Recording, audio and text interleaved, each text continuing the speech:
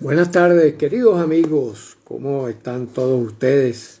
Acá nuevamente en este espacio, el cual dedicamos a compartir experiencias acerca de la vida, conceptos importantes, emociones, sentimientos, pensamientos, acciones para vivir cada vez mejor y mejor.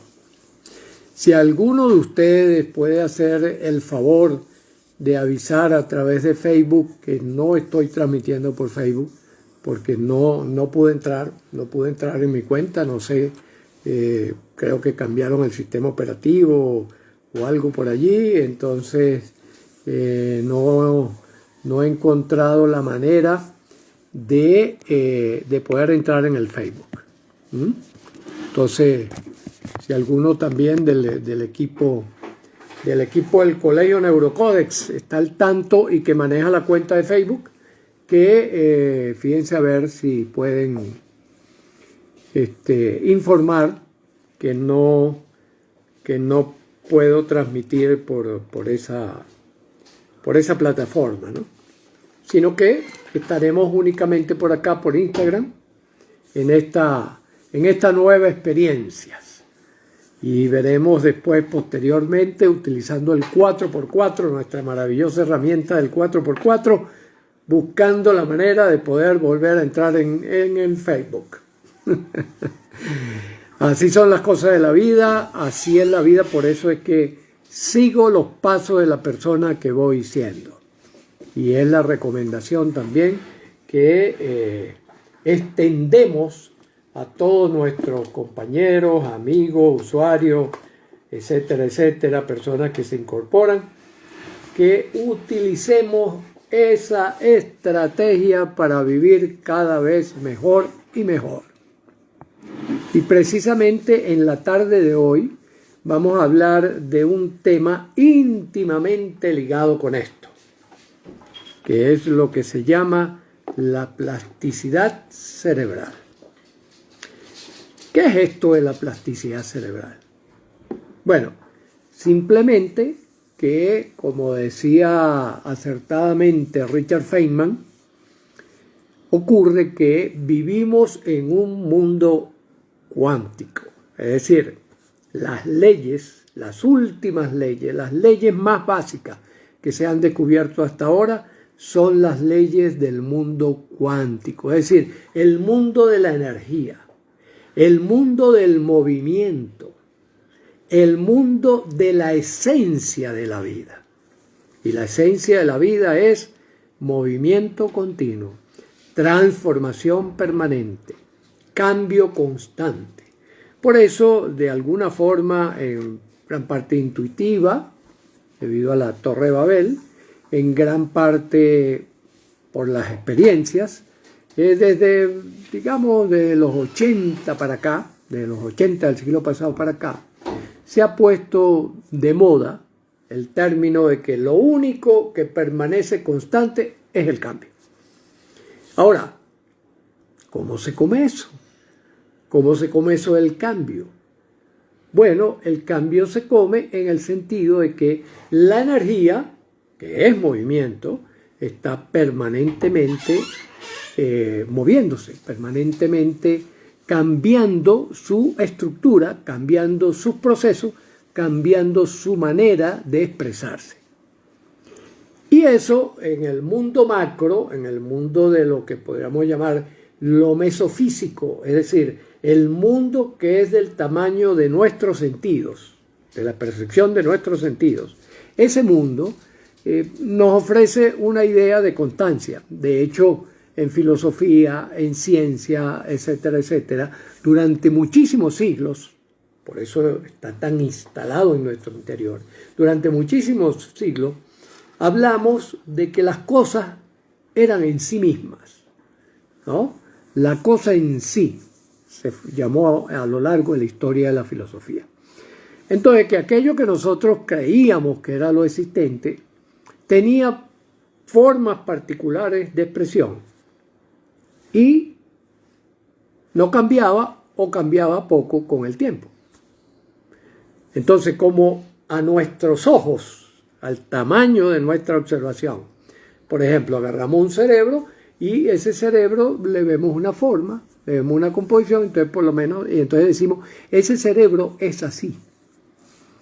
Ese cerebro es de esta manera y no cambia mucho, cambiará un poco. O sea, por ejemplo, cuando nosotros nacemos, nuestro cerebro pesa alrededor de 400 gramos. No llega ni a medio kilo. En 2 o 3 años pasa a pesar casi 1 kilo, 900 gramos. Es decir, más del doble del tamaño que tenía originalmente. Qué interesante, ¿no? Después viene un proceso de aparente estabilización hasta la adolescencia, cuando vuelve a darse otro salto más, con todas las respuestas hormonales, etcétera, etcétera. Se vuelve a dar otro salto y ese cerebro pasa, entonces, de pesar unos 900 gramos a pesar 1300, 1400, 1500 gramos. Es decir, que aumenta su tamaño y su forma en más o menos unos 40%, en un 40%. Entonces tenemos un crecimiento del más del 100% en la primera etapa de nuestro desarrollo y un crecimiento en la etapa de la adolescencia de un 40%, ¿ya? Y así se va configurando el cerebro adulto. Ahora fíjense, como el cráneo le restringe su crecimiento, por eso es que ustedes ven que el cerebro es una estructura arrugada. Es una estructura que tiene hendidura porque se va plegando como una tela, ¿no? Que usted la puede meter en una bolsita pequeña si la pliega adecuadamente. Todo ese crecimiento se va dando y por eso ese crecimiento no lo notábamos mucho. Pero también en la medida en que pudimos observar, gracias al desarrollo de una tecnología que permitió amplificar nuestro sentido, amplificar nuestra vista, nuestro oído, nuestro gusto, nuestro tacto, todo, en la medida que lo pide. Por ejemplo, en este caso el microscopio. El microscopio nos permitió amplificar nuestra mirada, ¿verdad? En el sentido de poder ver cosas más pequeñas. Y en un momento dado también pudimos empezar a observar a esas células, a esas neuronas en vivo. Ya no muertica como la veníamos observando hasta hace unos cuantos años atrás, hasta, podríamos decir, hasta los 50, los 60 del siglo pasado, no podíamos ver sino células muertas, ¿ya? Y empezamos a ver, gracias a la microscopía electrónica y otra serie de técnicas que no voy a entrar en este momento en consideración, empezamos a notar que esas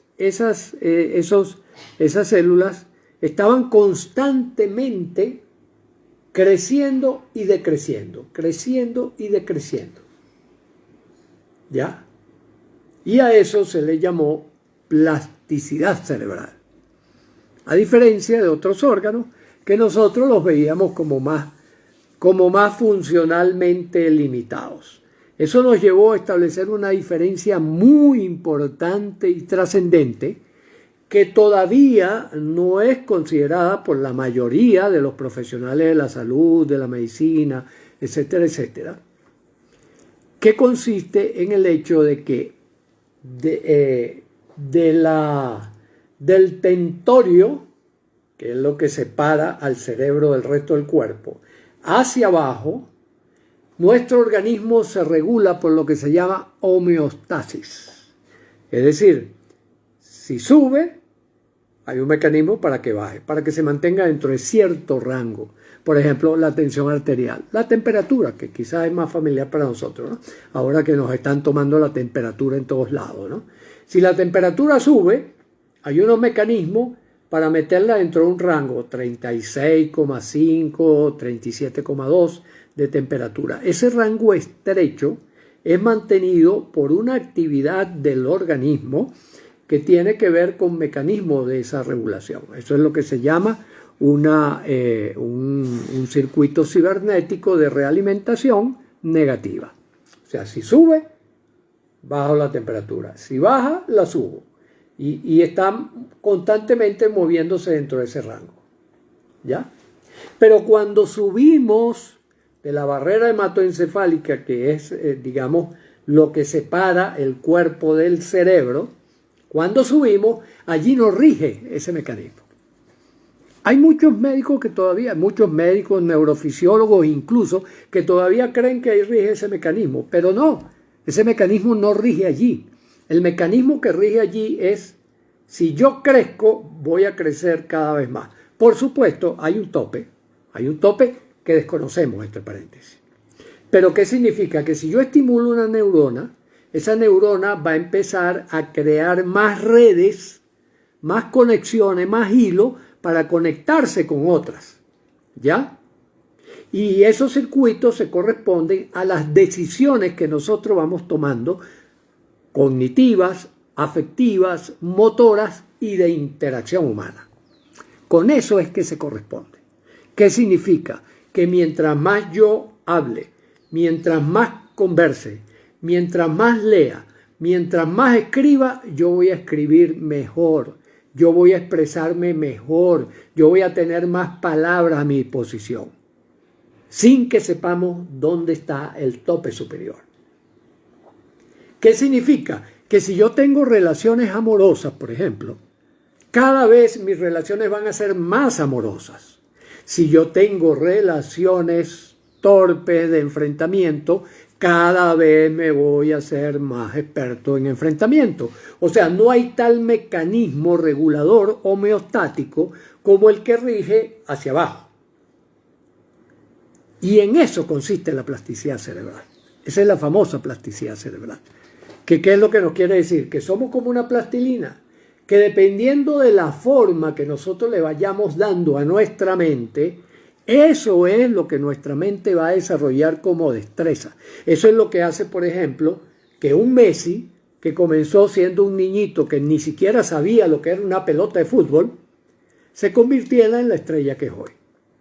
Eso es lo que hace que un Albert Einstein, que tenía dificultades para aprender a hablar en la escuela, se convirtiera en el hombre más brillante que ha parido la humanidad, ¿no?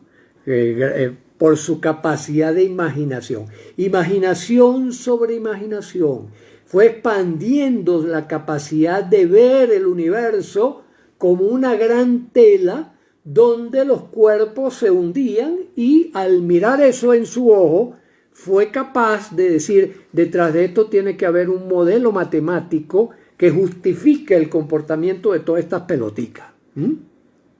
Y ahí es donde busca a Eddington. Busca a Eddington, que era un gran matemático, para que le traduzca eso al lenguaje matemático. Y eso es lo que hace posible la ecuación más famosa del mundo. Es decir, el logro en la ciencia más impresionante, impactante y con capacidad predictiva que ha existido hasta ahora, ¿ya?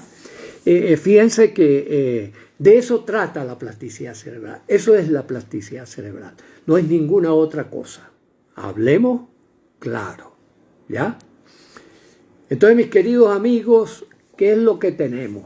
Lo que tenemos es que tú y cada uno de nosotros tenemos un potencial inmensísimo para tener la vida que queremos.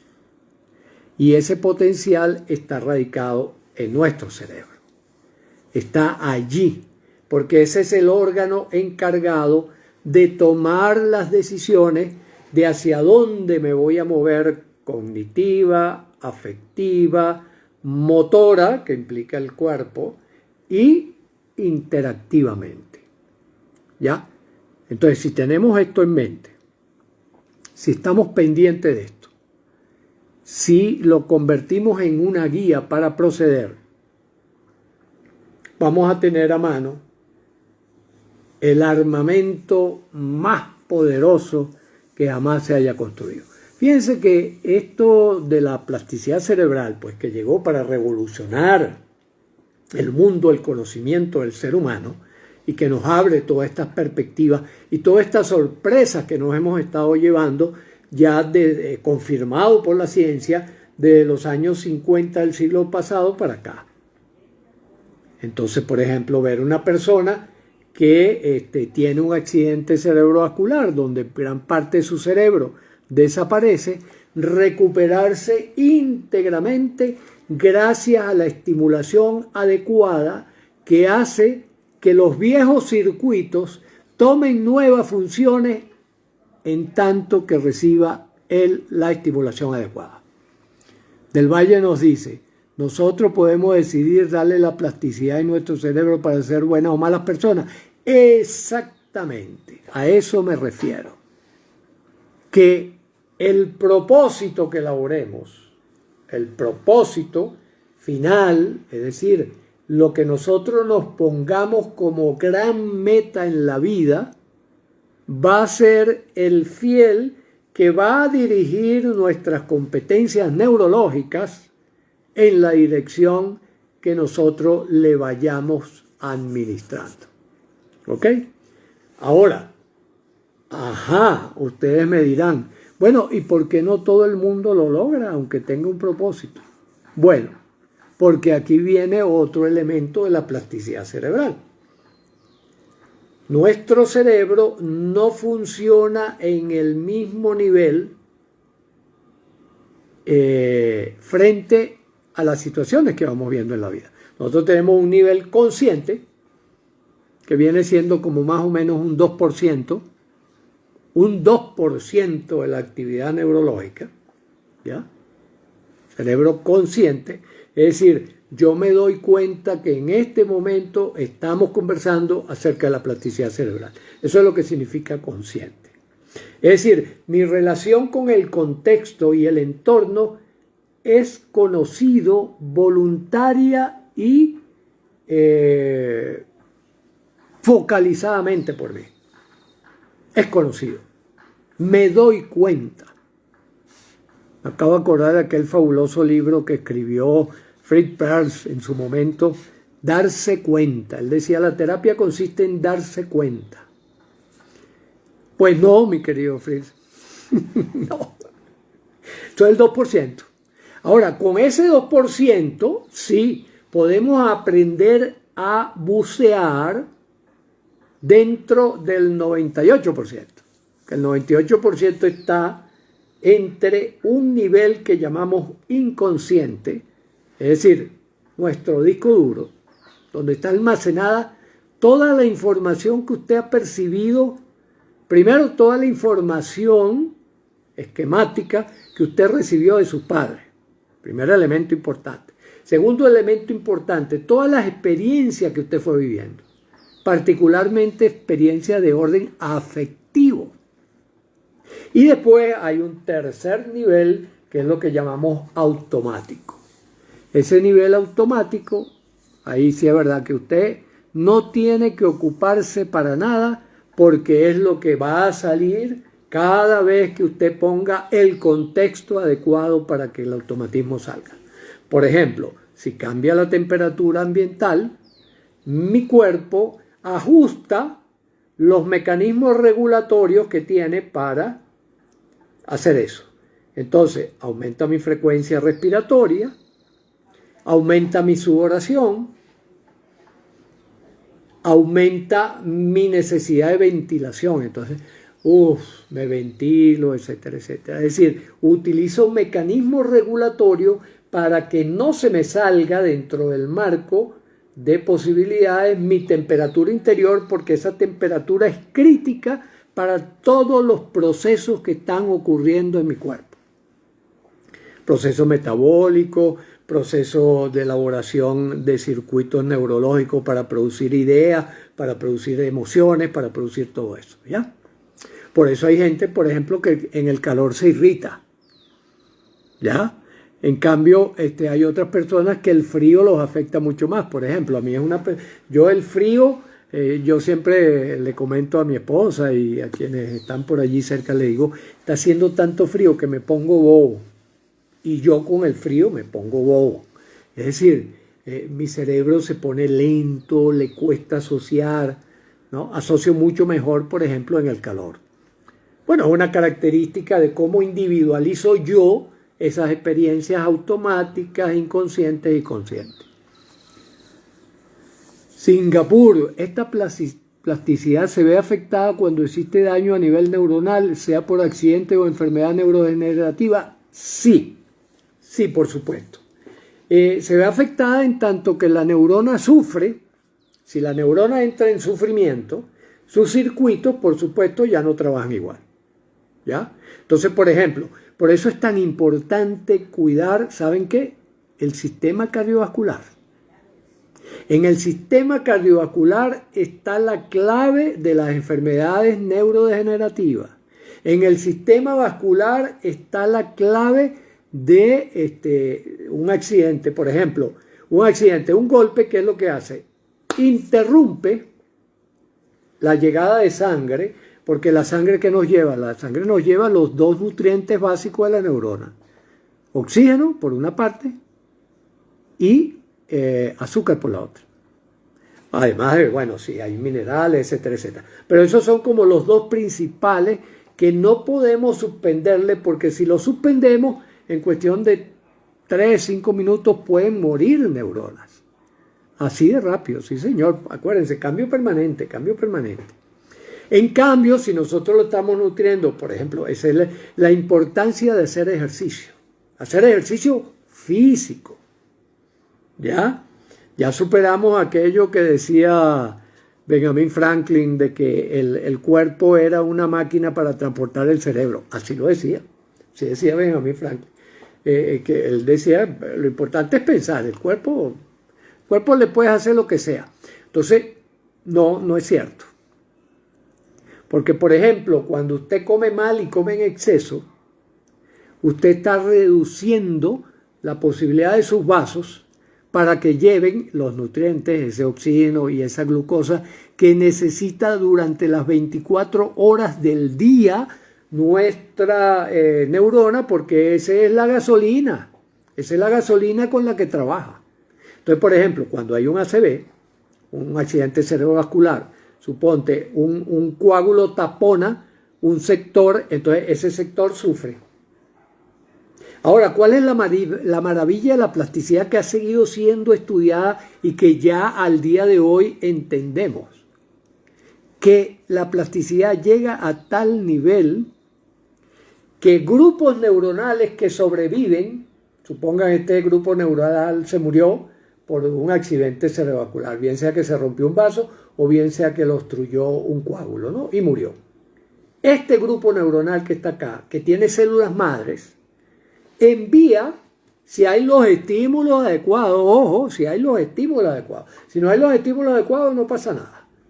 Pero si hay los estímulos adecuados, por ejemplo, que la gente le hable, que la gente le dé masaje, que la gente lo acaricie, que la gente participe activamente en la recuperación de la persona, estas neuronas empiezan a viajar, a enviar sus contactos, porque son un sistema de cableado el más grande que existe sobre el universo, ¿verdad? Un sistema de cableado que va interconectando y va aprendiendo la función que antes realizaba ese sector.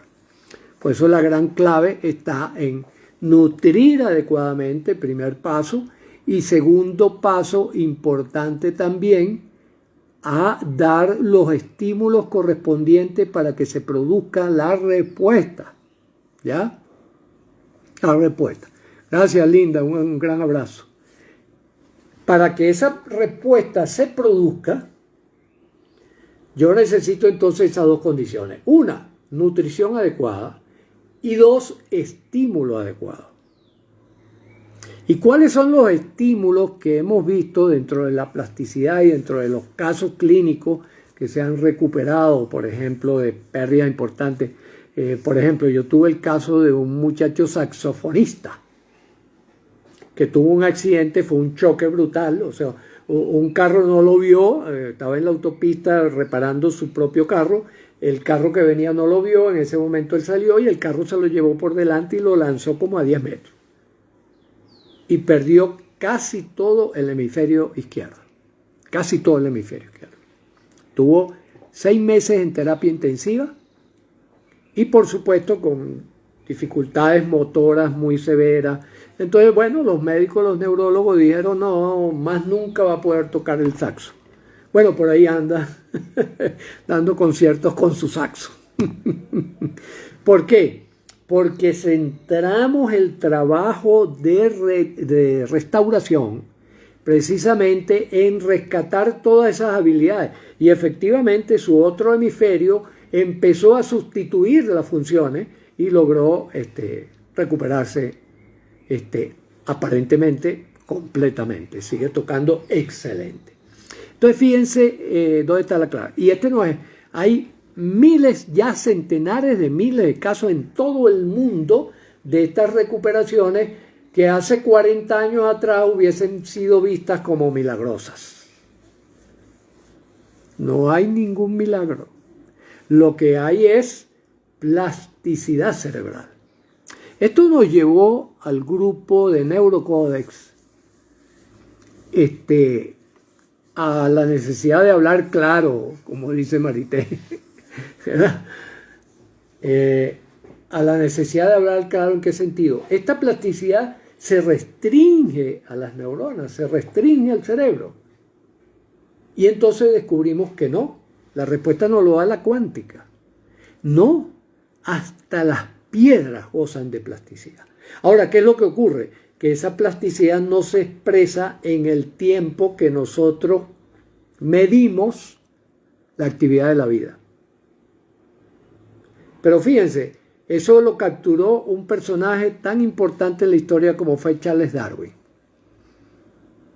Charles Darwin, y yo tuve la fabulosa oportunidad, esto para mí ha sido una fabulosa oportunidad, de haber ido a Galápagos y haber seguido la ruta que siguió Charles Darwin. ¿Y saben qué fue lo que más le llamó la atención a Charles Darwin, que después proyectó hacia los animales? La geología. La geología fue el gran inspirador de Charles Darwin. Esto ya está recogido en muchas biografías. Está recogido en muchas biografías. Y efectivamente, quienes han estado en Galápagos podrán haber visto cómo en las islas de las que está compuesta Galápagos. Galápagos fue un inmenso volcán que emergió. Y al emerger, las estructuras de las diferentes explosiones de volcanes se ven allí perfectamente acumuladas. Hay por lo menos islas donde ustedes ven que una parte de la Tierra está aquí, otra parte está aquí, y ustedes pueden ver perfectamente las capas de los miles y millones de años que se fueron montando unas sobre otras en distintas explosiones. ¿Ya?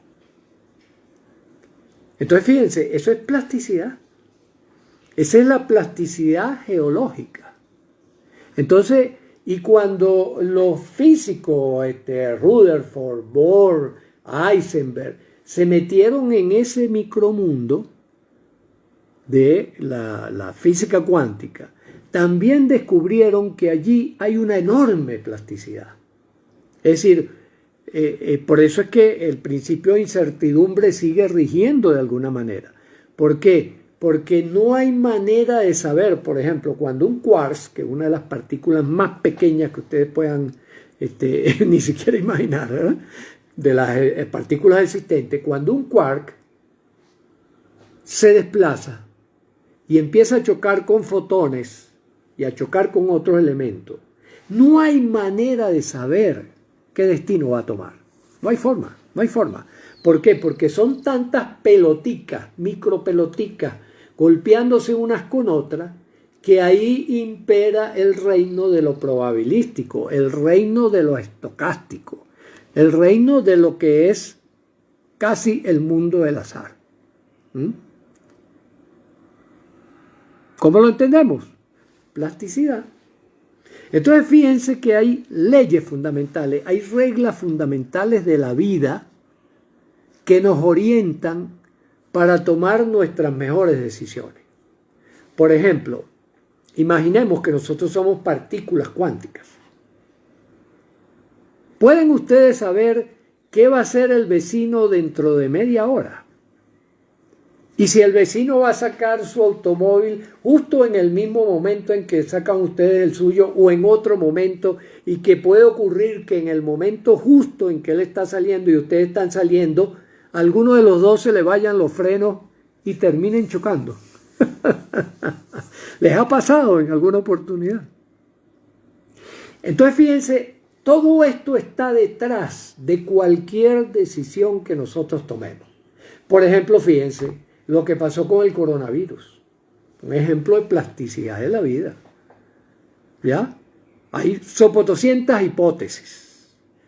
Como les he dicho, la que yo considero la hipótesis que más respaldo serio ha tenido, es que, bueno, simplemente en un laboratorio de Wuhan, norteamericanos, franceses y chinos se habían puesto de acuerdo para buscar formas de, alterando los virus, buscar o bien armas biológicas o evitar construir armas biológicas, y por eso era multinacional el proyecto, ¿verdad? Para evitar que alguno de estos sesgos de los seres humanos, esta soberbia, este sida mental de autoengaño, ignorancia, desmesura y soberbia, impidiera que alguien se adueñara de ese conocimiento y lo convirtiera en un arma biológica que no tuvieran a nosotros. Esa es una de las hipótesis. La otra hipótesis es que es tratando de buscar entender mejor a los virus. ¿Para qué? Para evitar futuras enfermedades. Y en ese experimento crearon un virus potencialmente dañino que se le escapó. Un virus es muy fácil de que se escape. Para que ustedes se hagan una idea, imaginen un cabello, esto que yo no tengo, ¿verdad? Imaginen un cabello, y que el cabello es del tamaño de una cancha de fútbol. ¿Ya? Imaginen del tamaño de una cancha de fútbol. Y ustedes colocan un alfiler en medio del campo. Ese alfiler es el virus. ¿Ya? Entonces, imaginen con qué facilidad se puede escapar. Una mascarilla que tiene huecos, todo en la vida tiene huecos, ¿verdad? Tiene que tener una super protección, ¿verdad? Para que el virus no pase por alguno de esos huequitos. ¿Ya? Entonces, ¿cómo evitamos que pase por esos huequitos? Entonces, bueno, hay muchos trucos y muchas cosas, y por eso es que tenemos que acompañar la mascarilla, preferiblemente del protector plástico, y además estarnos lavando las manos, utilizando un antiséptico, que afortunadamente hace explotar al virus en segundos, y por lo tanto la posibilidad de contagio se reduce enormemente. ¿Ya? Pero fíjense entonces, esa posibilidad, por ejemplo, de multiplicación, la plasticidad del virus, que le inventan una vacuna y entonces hace una resistencia, que le inventan un tratamiento y hace una resistencia. Entonces todo en la vida es plástico, solo que hay plasticidades más rápidas que otras. Por ejemplo, a ese nivel infinitamente pequeño, ocurren las cosas a muchísima velocidad. Es cuando estamos hablando de energía. Cuando hablamos de energía, hablamos de la velocidad de la luz. Es decir, 1 segundo para ir de la Tierra a la Luna. Eso, cuando estamos hablando de energía, estamos hablando de eso. Velocidades cercanas a la velocidad de la luz. Ahora, cuando estamos hablando de materia, cuando estamos hablando de cosas, la velocidad de transformación es mucho más lenta, y por eso más lenta con respecto a cómo nosotros medimos el tiempo, ¿no? Y por eso es que nos da la impresión de que esto no se modifica. Pero esto se está modificando, ¿verdad? Solo que en detalles tan pequeñitos como eso, como una aguja en medio de un campo de fútbol. Entonces no lo notamos, y por eso decimos esto es compacto y no está vivo. Es decir, no se modifica, es la cosa en sí, ¿ya? El Lego. Pero piensen en millones de años, por ejemplo. Hace 1.000.000 de años atrás, ¿dónde estaban las partículas que constituyen a esto?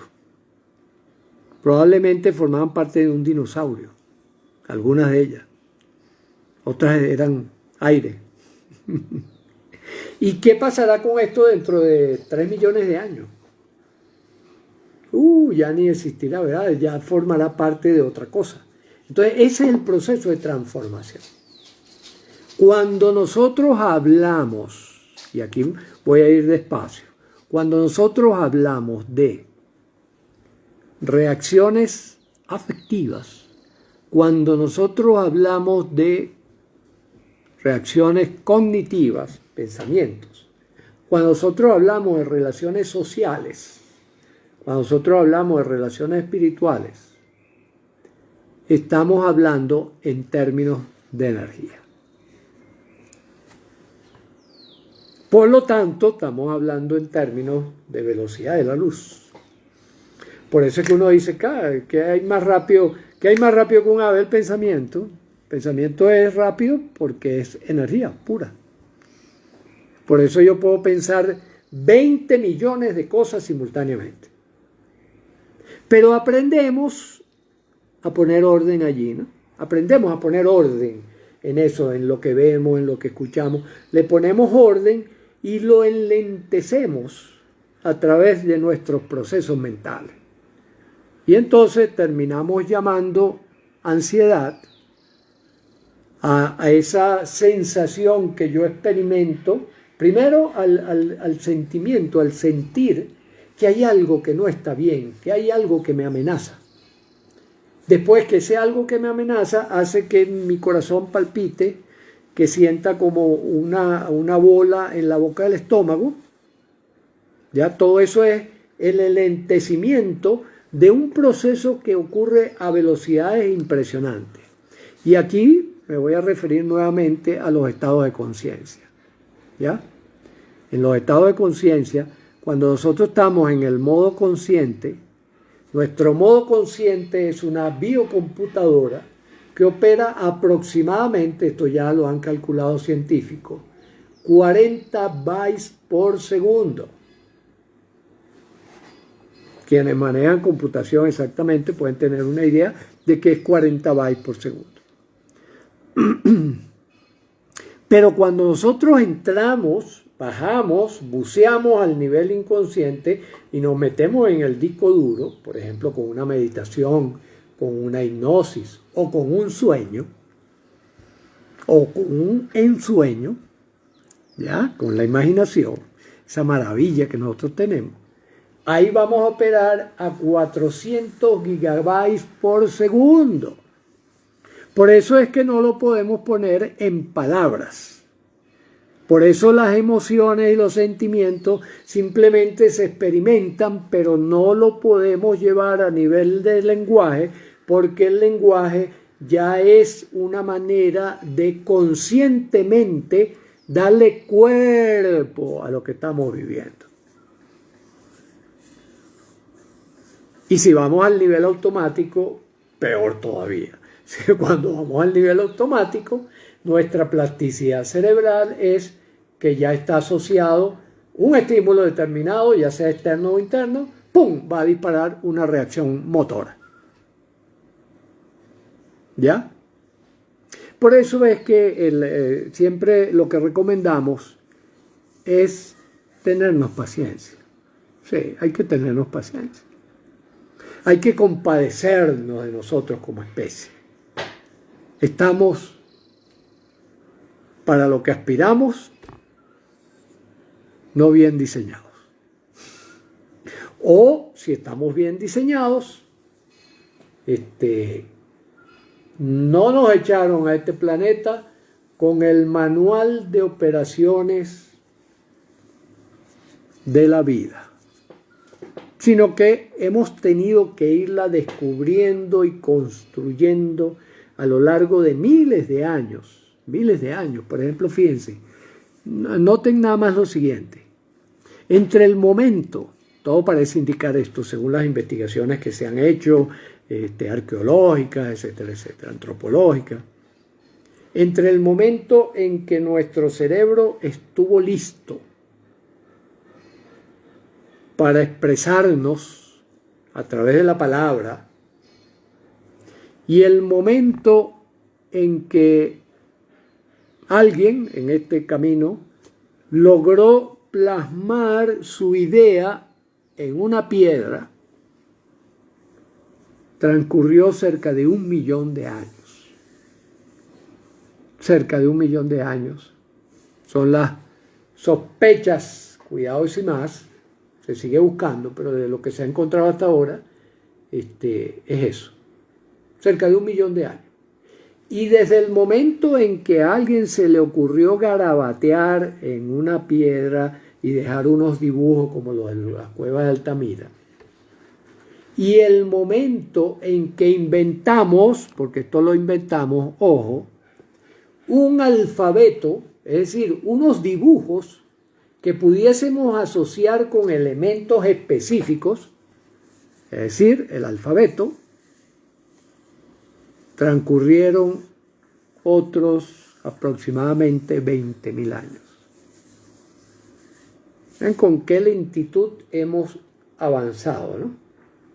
Y entre el momento en que logramos construir un alfabeto, es decir, unos símbolos, unos dibujos que representaran ideas.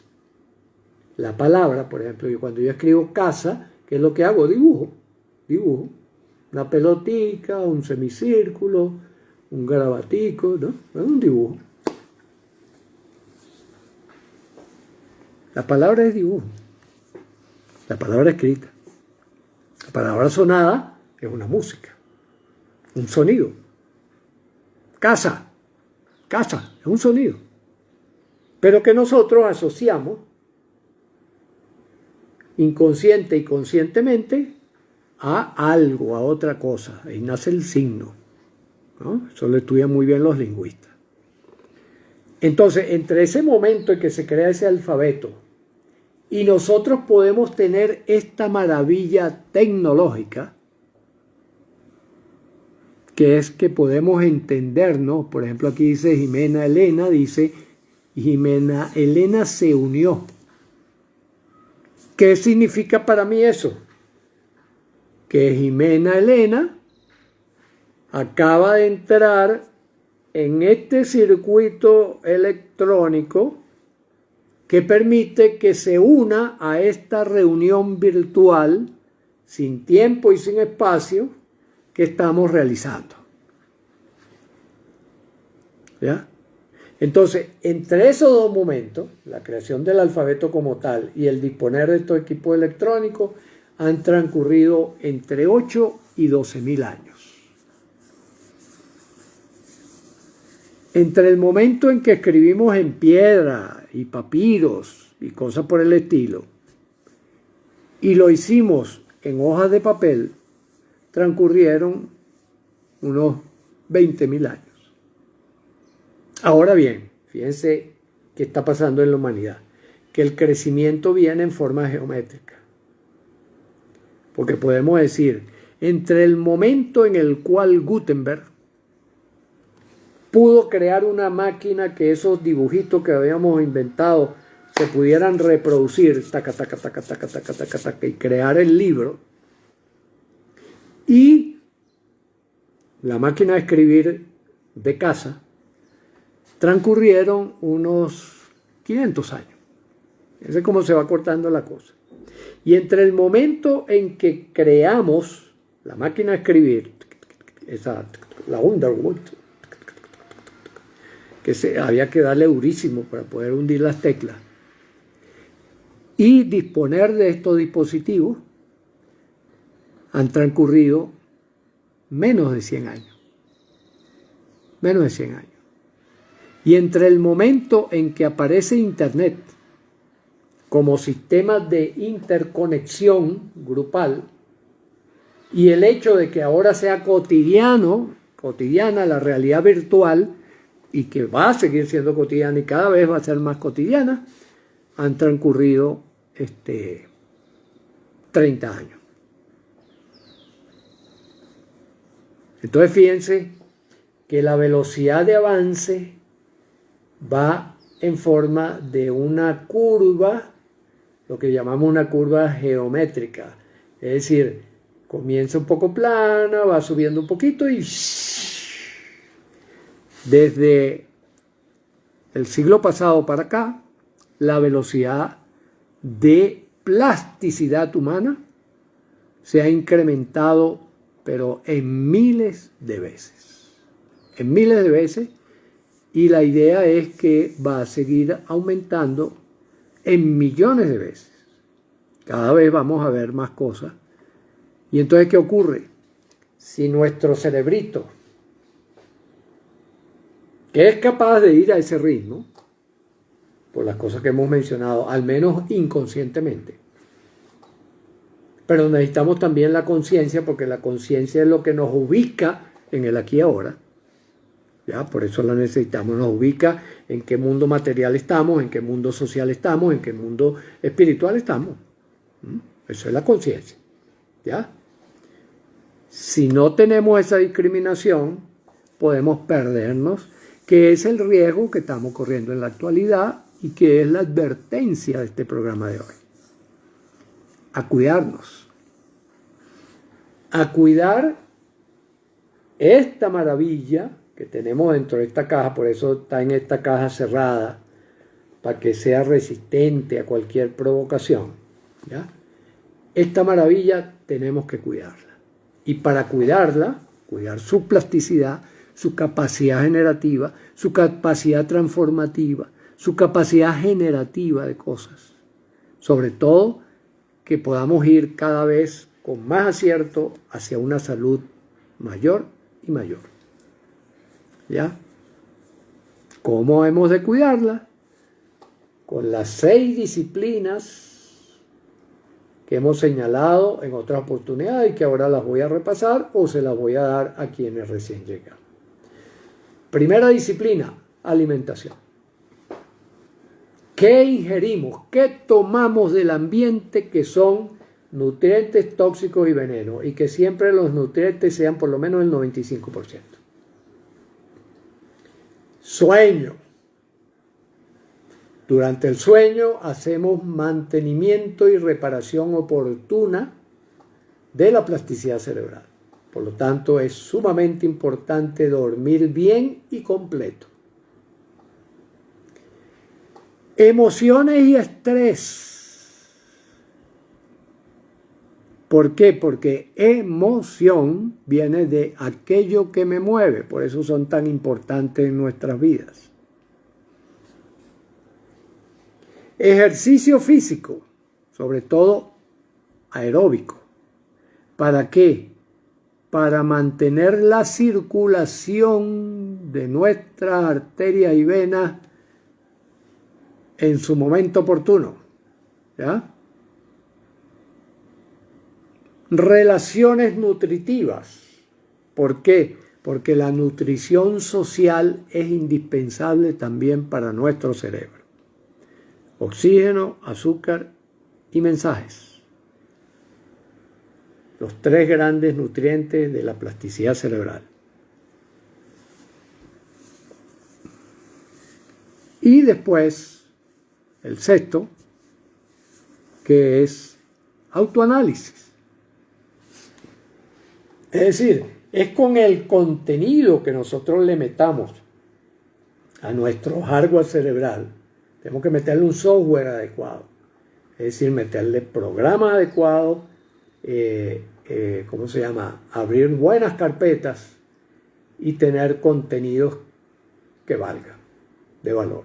Eso lo hacemos a través del autoanálisis, a través de la meditación, a través de la hipnosis, a través de esos mecanismos. Entonces ahí tenemos los 6 componentes indispensables para que nosotros, nuestra plasticidad cerebral esté, como decimos, finita.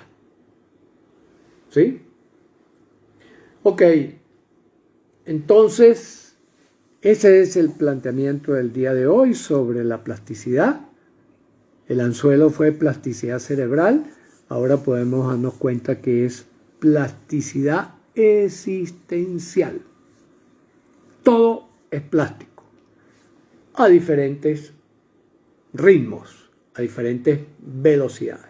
Y como nosotros formamos parte de la naturaleza, recordemos siempre esto, nosotros no somos extraños a la naturaleza, nosotros formamos parte de la naturaleza. Es muy importante que sigamos sus reglas de juego. Sus reglas de juego para que le saquemos el máximo rendimiento a esa plasticidad. La mayor y más importante de por lo menos este planeta. La plasticidad humana, la plasticidad cerebral. Aquí Marco nos dice, Neurocodex es un buen software. Exactamente.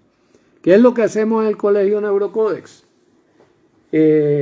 Elaboramos software. Eso es lo que hacemos en el colegio, ¿verdad? En el colegio, Marco, lo que hacemos es elaborar software para que nuestro cerebro, que es el órgano que dirige, es la junta directiva de nuestras decisiones, de nuestro cuerpo, de nuestro sistema de relaciones sociales, de nuestro sistema de relaciones espirituales. Por lo tanto, allí nos dedicamos a eso. Hacemos programas, creamos carpetas y creamos documentos que sean útiles para la vida. Así que bueno, este próximo sábado no voy a estar disponible en nuestros Hablemos Claro. Es importante también notificárselo a la gente de Facebook, por cuanto he sido invitado a formar parte de un diplomado y me toca dar un taller que va a tomar 6 horas justo desde la mañana hasta media tarde, ¿no? Entonces por eso nos veríamos el próximo miércoles. Si quieren, pueden escribirnos, pueden enviar información de, por ejemplo, de temas que a ustedes les parezcan interesantes, de aspectos de la vida que valga el esfuerzo de hablar claro. Así que seguiremos hablando claro. ¿De acuerdo? Un abrazo y seguimos.